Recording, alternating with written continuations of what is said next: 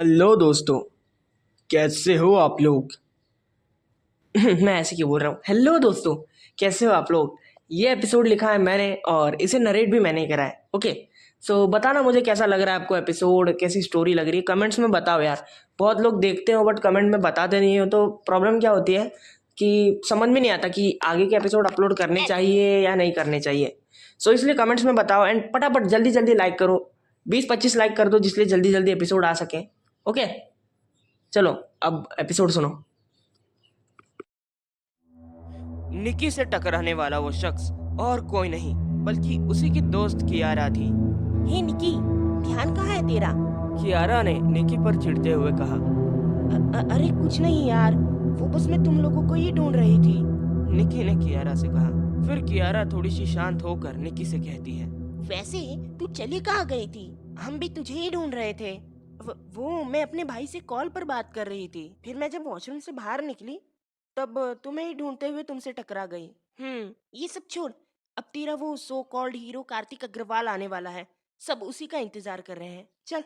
इतना कहते हुए कियारा निकी को कैंपस की ओर ले जाती है। कैंपस में सब लोग अभी भी कार्तिक अग्रवाल के आने का इंतजार कर रहे थे। कैंपस का माहौल बिजली की तरह जीवंत था। हर कोने से फुसफुसाहटें और निगाहें उठ रही थी। दूसरी तरफ ताज होटल में एक प्राइवेट स्वीट के अंदर लड़का अपनी आलीशान कुर्सी पर बैठे हुए सिगरेट के कश लिए जा रहा था। उसी के बगल में उसकी हॉट चिक सेक्रेटरी भी बैठी हुई थी। वो लड़का फिर सिगरेट के और 2-3 गहरे कश लेता है। फिर उसकी सेक्रेटरी उसके हाथ से वो सिगरेट खींच लेती है और खुद भी कुछ कश ले लेती है। इसी बीच वो सेक्रेटरी उस लड़के के काफी करीब आने लगती है। हवा में एक अजीब सा तनाव फैल रहा जो हर सांस के साथ गहरा होता जा रहा था। आखिर में जब सिगरेट खत्म हो जाती है तब वो लड़की उस लड़के के होठों से होठ मिला के बेतहाशा किस करने, पर उस लड़के की ठंडी नजरें जिसमें कि सिर्फ और सिर्फ लस्ट भरी हुई थी। और फिर वो लड़का उसकी सेक्रेटरी के कपड़ों को बड़े ही बेतरतीबी से फाड़ कर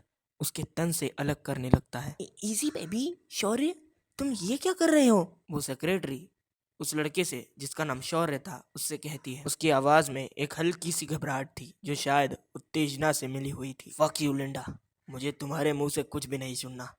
just shut the fuck up. इतना कहते हुए वो लड़का उस लड़की जिसका नाम लिंडा था उसे बगल में ही मौजूद बेड पर फेंक देता है। कमरे की खामोशी में अब सिर्फ उनकी तेज सांसों की आवाज गूंज रही थी। 2 घंटे बाद वो लड़का शौर्य अपने प्राइवेट स्वीट में ड्रेसिंग टेबल के सामने अपने कपड़े पहन रहा था और वहीं बेड पर पड़ी लिंडा, इतनी सुंदर और परिनुमा लड़की, अब किसी जंगली कुतिया डायन सी नजर आ रही थी। उसके बिखरे हुए बाल तकिए पर फैले हुए थे।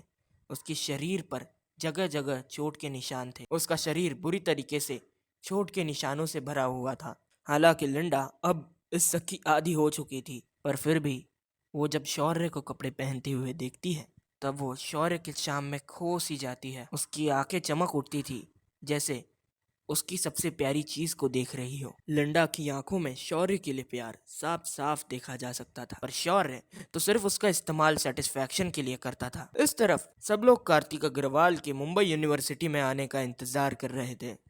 वहीं कार्तिक अग्रवाल अपनी 239 करोड़ की रोल्स रॉयल्स बोट टेल में आगे बढ़े जा रहा था। मुंबई यूनिवर्सिटी की तरफ बढ़े जा रहा था। उसकी ये कार पूरी दुनिया की सबसे अनोखी कार है जिसके सिर्फ 3 ही मालिक हैं। सड़क पर चलती उसकी कार किसी चलते फिरते महल की तरह लग रही थी। वहां से गुजरते हुए हर शख्स की नज़र उस कार पर ठहर जाती थी। पर कार्तिक अग्रवाल जब अपनी कार मुंबई यूनिवर्सिटी की तरफ भगाते हुए ले जा रहा था तभी उसके बगल से उसे एक उसी की तरह दिखने वाली गाड़ी और उसमें मास्क पहने हुए एक शख्स वहां से निकलते हुए उसे दिखाई देता है। पर इसे कार्तिक कैजुअली इग्नोर करते हुए आगे बढ़ जाता है। एक पल के लिए दोनों कारों की रोशनी एक दूसरे पर पड़ी, पर कार्तिक की कार आगे निकल गई।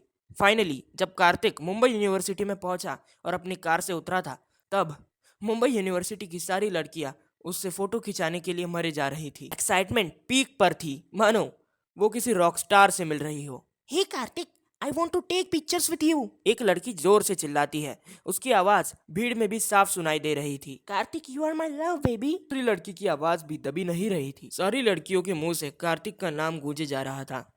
कार्तिक, तुम बस मेरी जिंदगी में आ जाओ, मुझे तुम्हारे पैसों से कोई लेना देना नहीं। तीसरी लड़की की आवाज भी वहाँ पर गूंज जाती है। वहीं पर उसकी दोस्त जो उसके बगल में खड़ी थी वो उससे पूछती है, क्या तुम्हें उसके पैसों से सच में कोई लेने देना नहीं है? उसकी दोस्त की बात सुनकर वो लड़की कहती है, अरे नहीं यार, ये तो कहना पड़ता है। वो लड़की अपनी दोस्त को कोहनी मारते हुए कहती है और उसकी दोस्त भी मन ही मन बस बिच। यही सोचकर रह जाती है। वहीं एक कोने में खड़ी कियारा और निकी सारे नजारे को देखे जा रहे थे और वहीं कार्तिक अग्रवाल के पास मौजूद शालिनी उसके साथ अलग अलग पोज में पिक्चर्स क्लिक कराए जा रही थी, मानो वो खुद को किसी फैशन शूट की मॉडल ही समझ रही थी। कार्तिक अब इन सब चीजों से काफी ज्यादा इरिटेट हो चुका था। फिर कार्तिक की जगह पर उसका असिस्टेंट मॉरिस उन लड़कियों को हटाते हुए कहता है, ए चलो हटो, सर को आगे बढ़ने दो। पर भीड़ पर इस चीज का कोई असर नहीं हो रहा था और फिर एक लड़की चीखते हुए कहती है, ए मोटे हट, तुझे कौन देखना चाहता है? कार्तिक माय लव, तुम प्लीज मुझे हाँ कर दो, मैं तुम्हारे लिए पूरी कायनात को छोड़ने के लिए तैयार हूँ। वही लड़की जिसने ड्रामेटिक आवाज में कहा था, वही लड़की जो पिछली बार कार्तिक के पैसों से कोई मतलब नहीं है ऐसा कह रही थी, उसने चिल्लाते हुए कहा। वही कियारा जो इन सब से काफी ज्यादा इरिटेट हो रही थी या फिर कहे जल रही थी, बगल में मौजूद उसकी दोस्त निकी से कहती है, आखिर इतना भी क्या खास है उस कार्तिक में जो सारी लड़कियां मधुमक्खी की तरह उसकी ओर मंडराई जा रही हैं? और वैसे निकी, एक बात बता, तू भी तो उसके साथ पिक्चर क्लिक कराना चाहती थी ना? कियारा ने निकी से कहा। मैं तो उनसे रोज ही मिलती हूँ। क्या? निकी की बात सुनकर कियारा हैरान रह जाती है। मेरे कहने का मतलब है, अगर तुझे इतनी चिंता है तो तू क्यों नहीं चली जाती? निकी ने कियारा पर एक ताना कसते हुए कहा। मुझे कोई चिंता नहीं हो रही है। कियारा इतना कहती है और फिर दोनों चुपचाप आगे क्या हो रहा है ये देखने लगती हैं। इधर जैसे तैसे कार्तिक का असिस्टेंट मॉरिस उसे उन लड़कियों से बचाते हुए प्रिंसिपल के पास पहुंचाता है, जहां पर प्रिंसिपल स्पीच देते हुए कहते हैं कि कैसे कार्तिक के डैड का उनकी यूनिवर्सिटी को खड़ा करने में काफी बड़ा योगदान था। और फिर प्रिंसिपल कार्तिक को भी आगे आकर स्पीच देने के लिए कहते हैं। कार्तिक शुरुआत में तो हिचकिचा रहा था, उसका तो मन भी नहीं था स्पीच देने का, पर उसकी फैन गर्ल्स कार्तिक कार्तिक बार बार कार्तिक के लिए चेयर किए जा रहे थे, जिससे कि फाइनली कार्तिक को स्टेज पर आना ही पड़ता है। कार्तिक के लुक के साथ कार्तिक की वॉइस भी काफी ज्यादा अट्रैक्टिव थी और इसी अट्रैक्टिव वॉइस में कार्तिक कहता है, हेलो फ्रेंड्स, मुझे यहाँ पर आकर बहुत अच्छा लगा और आप लोगों के प्यार ने मेरे दिल को छू लिया है।